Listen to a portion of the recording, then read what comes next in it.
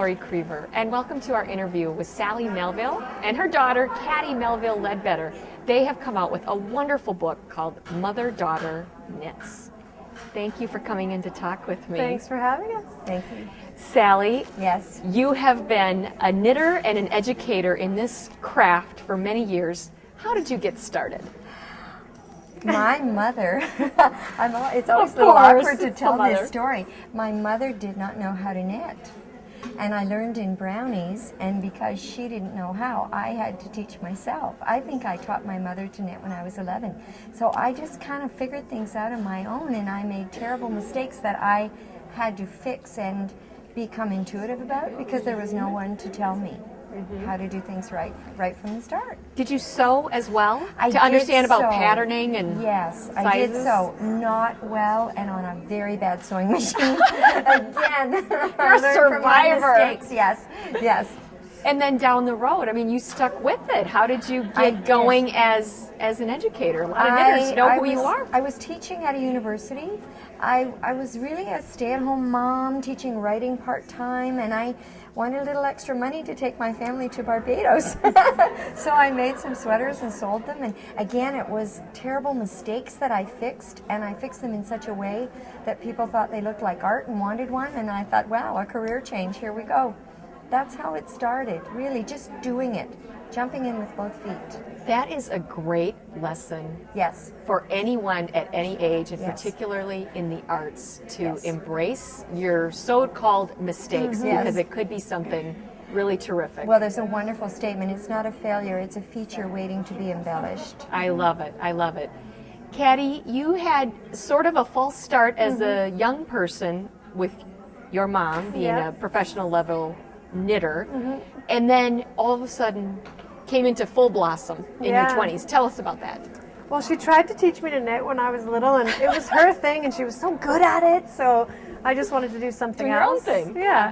And then I came home one day when I was 24, and she was on the couch with my boyfriend, teaching him to knit. Yeah. And I went up to him. Time out. Wait. Your boyfriend I know it's scandalous. was It's, learning how to Yes, knit. yes. He went to Wow. art school. He's a wonderful sculptor. man. Yeah. Oh, Yeah. So I walked right up to him and I was like, I know how to do that. And I took it away and I started and I remembered from when I was 10. And then I just didn't stop from there.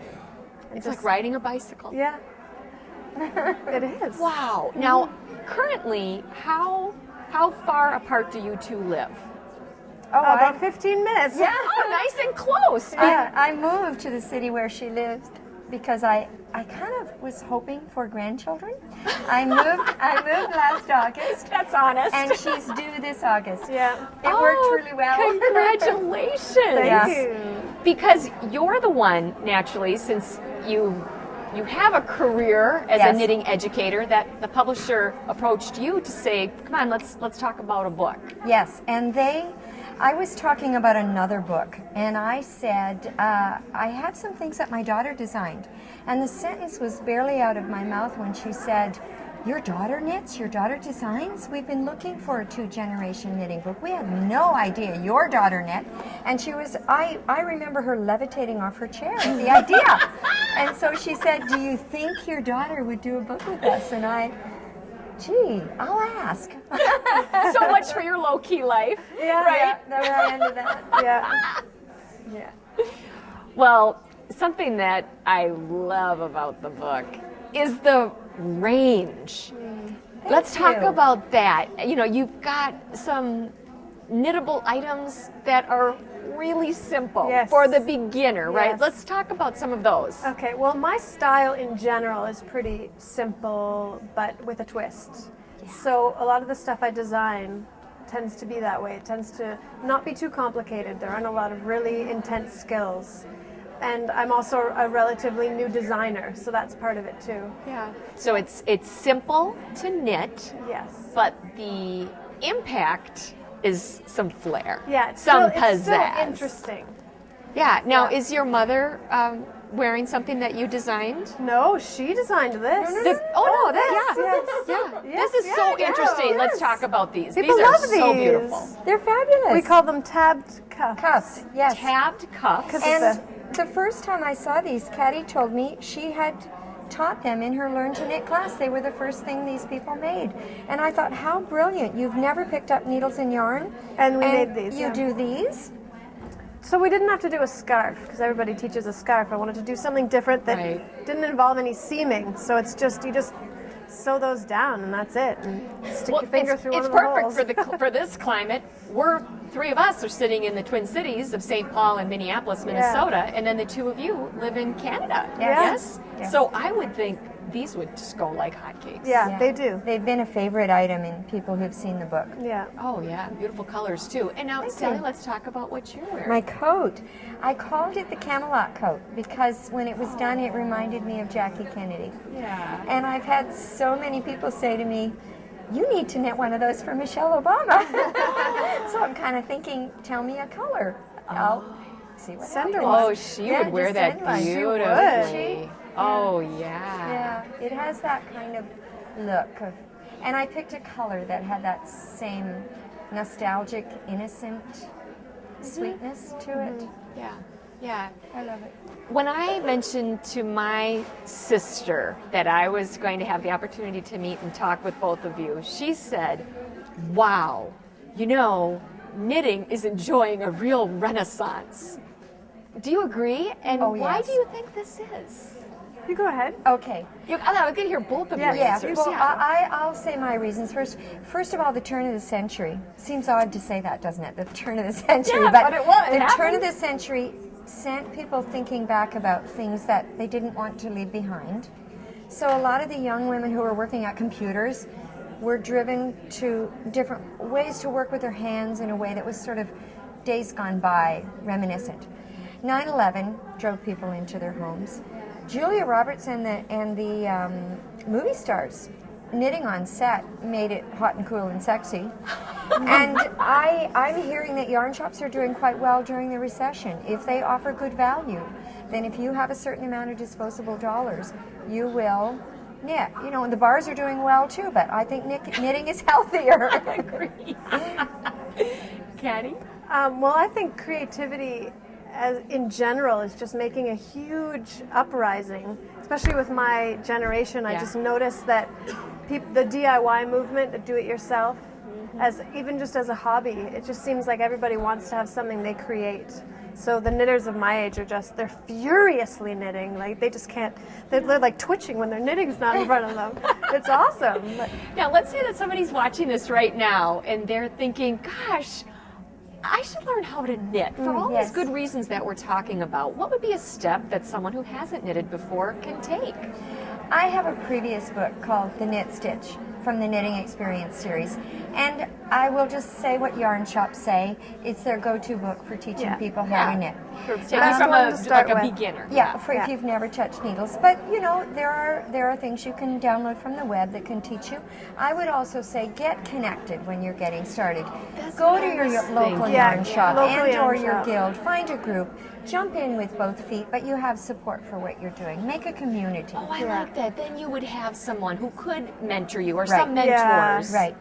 You know, because not everybody has the constitution, I think, Sally, that you do to really embrace their mistakes. You know, it can be daunting to start something new. It can be really frustrating to learn if you don't have someone to ask. Yeah, and So it's good to take a class. You don't even know you're making a mistake at first. And you have no idea how to fix it. And you just want to cry. I'm as lucky I had her. Call her, Mom, get over here. The knitting hotline. Yeah. Some of the marvelous things in the book that surprised me were a blouse that's knit. How did you come up with that? I mean, it's so unexpected. I want to make the connection between our closet and our knitting. And I think that connection's been missing for a while in knitting. When I was young, you knit what you wanted to wear because that's how you could afford it. But then globalization came, and knitting became expensive, heaven knows how, and clothing became cheap. And so now we look at a pattern and say, I really want to knit that rather than I really want to wear that. And there's a disconnect between the closet and what we knit. So I wanted to make a fierce connection by finding a basic piece of clothing. What is the most basic piece of clothing women wear? A white blouse. All right, let's knit it. Yeah, and it's beautiful. It is lovely. It's People beautiful. really. Now, Caddy, you mentioned that your fabulous boyfriend, who's now My your husband. husband, Yeah. was knitting. Is he still knitting? No. Is this something for I men? Is stole it from him. He's back to sculpting, right? Yes. Yeah. It is something for men, though. I've taught a lot of men in my classes. This is terrific because I Yeah. remember, maybe it was back in the 1970s, there was a renowned ex-football player here in the United Yeah. States, Rosie Greer, who did needlepointing. Needlepoint, that's right. Yeah. And it was just, what a great We statement. have Canadian hockey players who knit. You just had a hockey tournament here. I'll tell you about Canada's most famous hockey player who was a knitter was Jacques Plante, who was the goalie for the Montreal Canadiens. And not only did he knit, he was the first hockey player, goalie, to wear a mask. And when he came out with it, he was thought of very badly. He was vilified by the hockey world, you know. But he showed himself as someone able to think outside the box. And, Wonderful. yeah. Caddy, let's talk about what you have on. Is this called a shrug? Yes, Do I have call that it a correct? shrug. Yeah. All right. Yeah, it's called the two-way shrug in the book because you can wear it rolled back or you can wear it closed. And it's one of my favorites because it's so pretty and romantic and Yeah. wearable. Yeah, and like we've been talking about, if you are in a cooler climate, Yeah. it's nice to have something that's simple to adorn yourself with, Yeah. that looks lovely, but in a practical sense, gives you some real warmth. Yes, and it's small enough to just throw in a purse. If you're going to a wedding and you're not sure what the weather's going to be like, Yeah. it's great to have something like this just to throw on top of your dress. Or Very nice. Now, Yeah. going through the book, in some instances, one of you is modeling the Yes. completed work. And then throughout the book, I just wanted to comment, I found the models that were wearing the garments just extraordinary. They look like real people. Yeah, they were I love great. seeing women of all ages. Yes.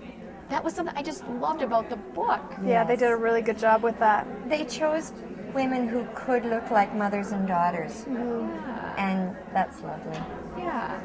Let's talk about a concern for women of all ages, and you do speak to it in the book, and that is creating garments that are flattering. So what are some Yes. tips that you have, some guidelines for ladies on creating garments that are flattering?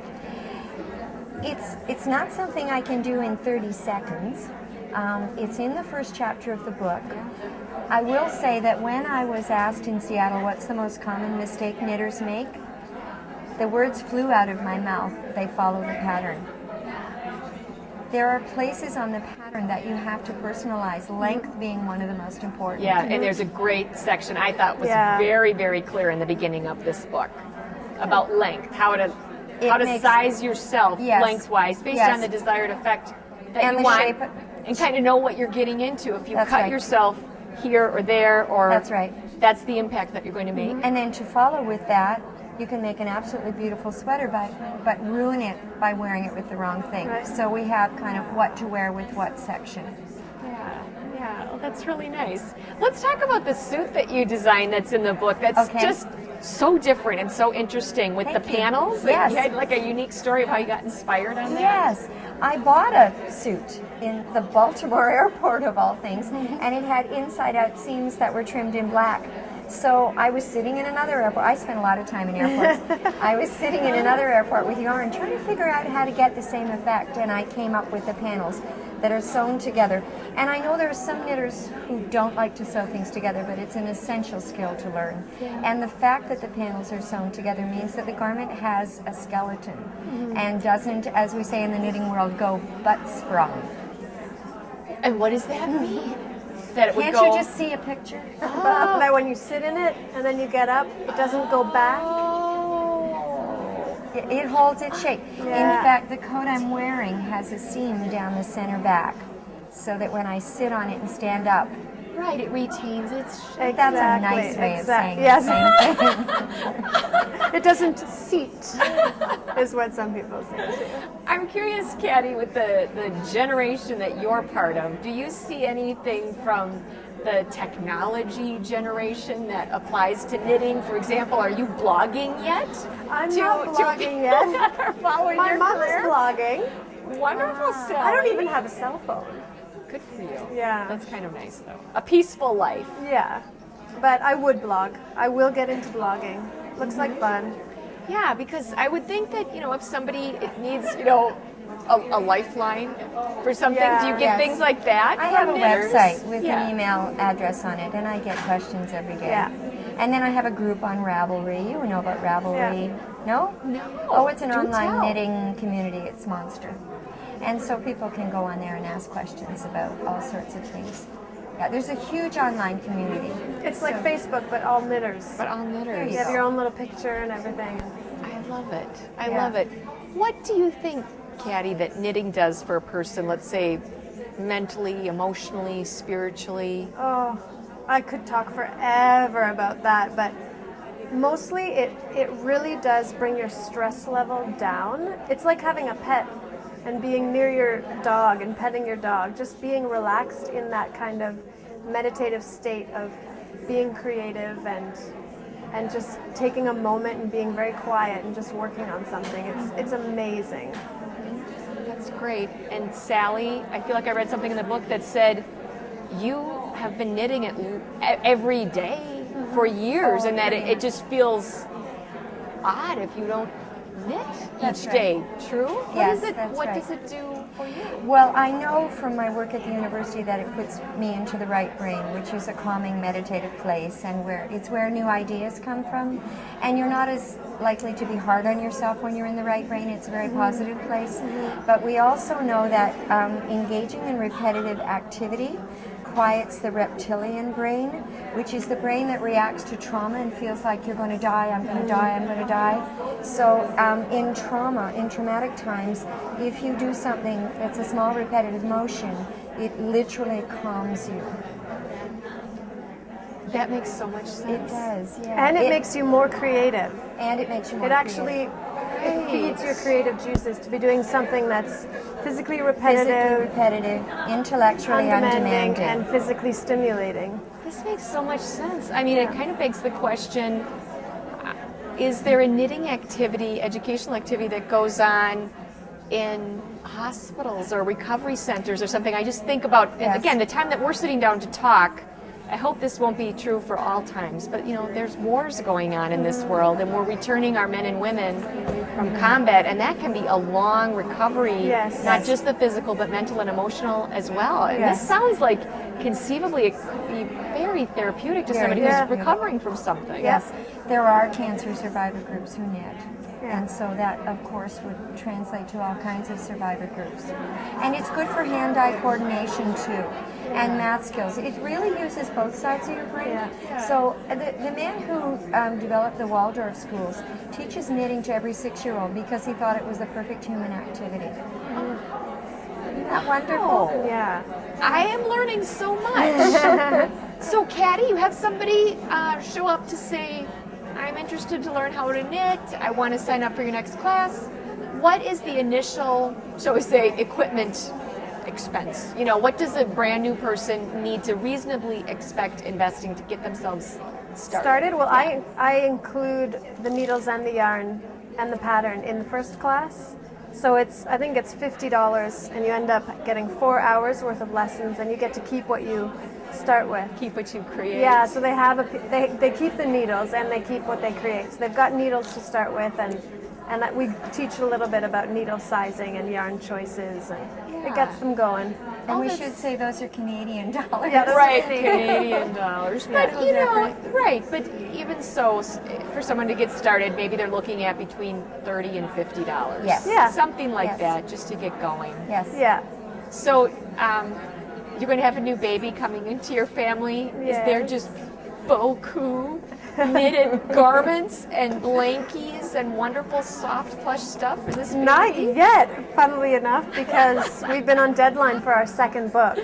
So we let's haven't talk had about time to that. knit any baby stuff yet. So So you'll be am in a knitting flurry. baby blanket She's now. making me a But I baby would say blanket. I had what you would call a hope chest full of baby things on hand, ready to go. Very smart. Very Yes. smart. Well, let's talk about you're working on another book that's Yes. coming out. What is that going to be a continuation? More patterns and creations that flatter you and fit you well? No, very different. It's going to be a Christmas book of ornaments, stockings, heirloom pieces, simple things, quick knits, everything you Funky would want stuff. for A Christmas. non-kitschy Christmas book. There's no red and green sweater with a reindeer on it. We left that out. But there are still garments in there, sweaters for men and women that are But that flattering are and classy. fitting. Yeah, I mean, that's Yep. what I liked about this book. I really felt going through it. I didn't know what to expect. I'm not a knitter. Like you, when I was growing up, my mom tried to teach me Yeah. to sew, and I just couldn't get the math to it or something, and it was a bad episode with the seam ripper, and I've just sort of turned a corner, and I do other forms of art. But what I loved about the book, everything in here is classy, and it's really something a real person living in these times would wear. Would want to wear. And that was lovely, because in my mind, I thought, oh, this is how quaint. People who are just more old-fashioned must be drawn to knitting, and this is anything but. It's very fun. It's very contemporary. Thank you. I think Caddy and I, well, we don't wear the same things, share the same aesthetic. Simple, but with an edge that makes it engaging. Yeah. What would be a tip that you could offer to someone who's maybe hit a wall, right? Like writers have writer's block. Have there been times? I mean, you're rather new to the designing and being in the profession, but you've had a long career in this. What do you do when you just feel like, gosh, the ideas just aren't coming, or I'm not feeling inspired? Take a walk, go to a you museum, gotta like take a look at other break. forms of art, maybe. Definitely take a break, go for a walk, do something like even just go and wash the dishes and walk your dog. And some projects shouldn't be finished. Yeah. You get to a certain point in life when you say, I don't have to finish that book. I'm not getting anything out of it. Yeah. We can do that with our knitting. We can say, it's not the right project, it's not feeding me, it's not going to look good. Rip it out, sell it, give it away, start something else. Yeah. I had an opportunity to visit with a woman, an author, who's a quilter. Oh, that's And the amazing. space that she has at home, she and her husband as well, they call it the war room. Oh. So I would be curious to know, what is your workspace that you have at home? We are very, very organized people. You'd be surprised. It's very. My yarn is color coded in my knitting I love room. it. I love It's it. very But organized. you kind of have your own room, like a seamstress Yes. would have Yeah. a sewing Yes. room. Yeah. That's nice. Then you can keep your stuff in there. Yeah. Yeah. It And works. It works as a spare bedroom too. Yeah, I mean, if you and have the spare bed there, chances are you're not working when you have company. Right. So the people who spend the room, spend time in my spare bedroom are surrounded by yarn. It's a lovely place. A very nice Yeah. place. I noticed too, some of the garments in the book have got wonderful buttons. Yes. And I'm curious, how do you go about finding just the right button? Because I'm thinking, on one hand, that could be very frustrating when you've got that wonderful garment all pictured in your mind. In the knitting, you can command and control more or less. But now, how do you find those amazing buttons It's that are with some of difficult. these? It depends on your community. Some communities have really good fabric stores with buttons and some don't. And sometimes when you hit one of those stores, you buy buttons on spec. You knit the sweater to go with the buttons. Yeah. That's what I was thinking. Maybe do you pick up some, Of course. little accent pieces, and you put those aside, and you think, gee, maybe that in and of itself will inspire a garment or a creation. Absolutely. Does someone need to be a good mathematician to be good at knitting? No, I'm terrible. Oh, I'm terrible. But and you do need math for. So there's hope. For pattern writing. You do need math. So that's the challenging part for me, and I'm getting a lot better at it. But no, you Not just to need a follow a calculator. pattern. Yeah, it's not hard. Yeah, and I think that there seems like it's pretty clear too Yeah. on each page. Yeah, well-written pattern. You shouldn't have any problem with it all. You have an appendix in this book. That is just a gift. Because like any craft or art form, you have your own nomenclature, really. Yes, Yeah. right. Yes. I think that's pretty common. Most knitting books and magazines do that. You can't assume that someone has that material at their fingertips.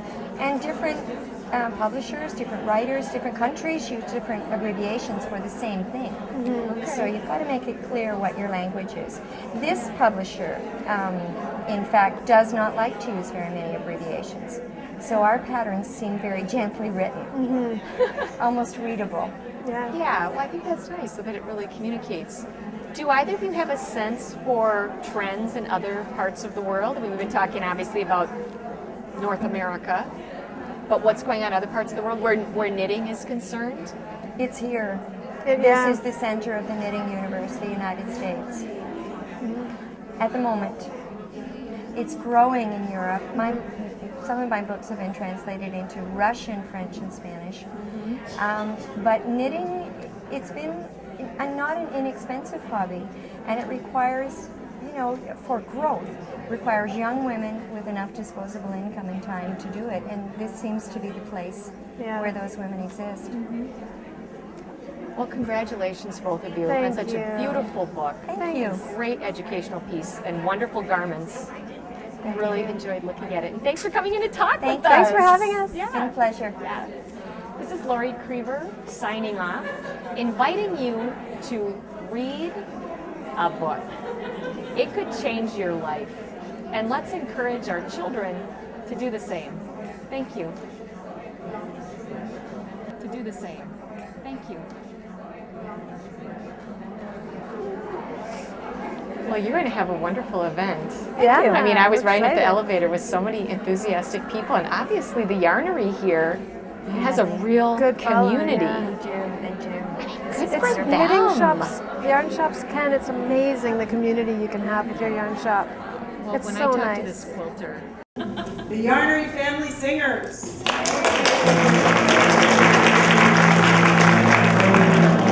I had a dream about yarn, baby, a yearly event, baby, the sale of all sales, so baby. There'll be wool, linen too, cotton, alpaca, silk, and bamboo, yarn and skeins, Yarn and haze. honey, everything's gonna be marked down.